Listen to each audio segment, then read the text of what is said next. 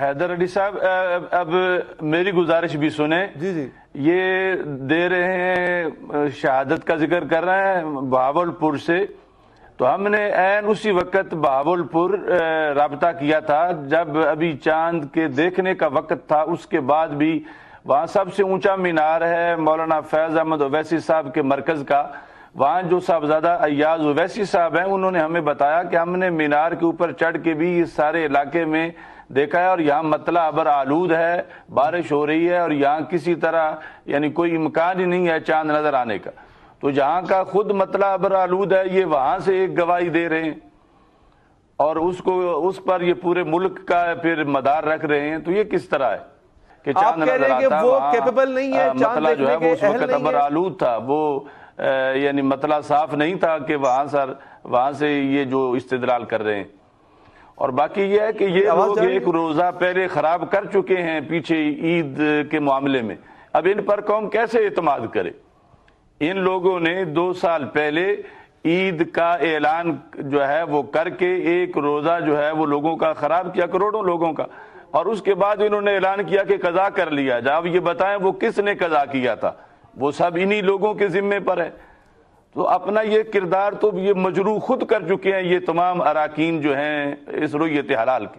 پہلے تو آپ نے یہ وہ کفارے ادا کریں اور اس کے بعد اپنا کردار عوام کے سامنے اور پیش کریں اور دلائل کے سامنے لائیں.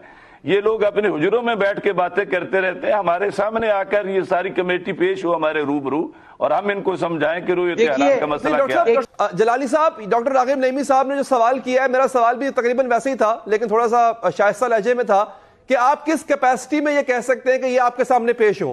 پیش یہ کہہ سکتا ہوں کہ فَاسْأَلُوا أَهْلَ الذِّكْرِ إِن كُنتُمْ لَا تَعْلَمُونَ, اگر تم نہیں جانتے تو اہل علم سے پوچھ سکتے ہو.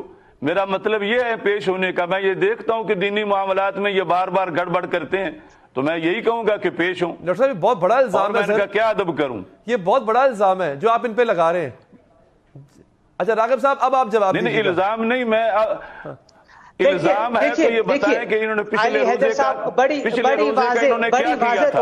اچھا راغب صاحب پچھلے روزے کا سوال اٹھا رہے ہیں, وہ پہلے جو روزہ انہوں نے قوم کا خراب کیا انہوں نے کیا کفارہ دیا ہے. چلیں ٹھیک ہے, آپ کا ڈاکٹر صاحب سوال آ گیا. ڈاکٹر راغب نعیمی صاحب, سر یہ پچھلا روزہ, وہ کہتے ہیں آپ نے ایک روزہ کھایا ہوا ہے اس لیے میں آپ کی اہلیت پہ سوال اٹھا رہا ہوں, آپ سے مراد کمیٹی نے. دیکھیے ظاہر بات ہے میں کمیٹی کی بات ہو رہی ہے نا, میں بھی اس وقت کمیٹی کو ڈیفینڈ کر رہا ہوں, میں کوئی اپنی ذاتی کیپیسٹی کے اندر بات نہیں کر رہا.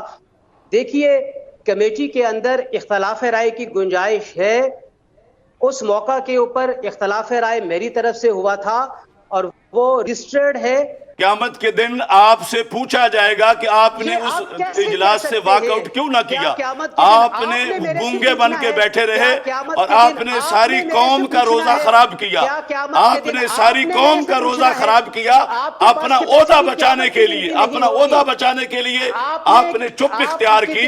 اور یہ آپ کی یہ ہم مجروح سمجھتے ہیں آپ کو. آپ نے صرف عہدہ بچانے کے لیے وہاں چپ اختیار کی اور جہاں اعلان ہو رہا تھا تو آپ نہیں بولے. آپ کو بولنا چاہیے تھا. میں وہاں پہ موجود ہی نہیں تھا, میں وہاں پہ موجود ہی نہیں تھا.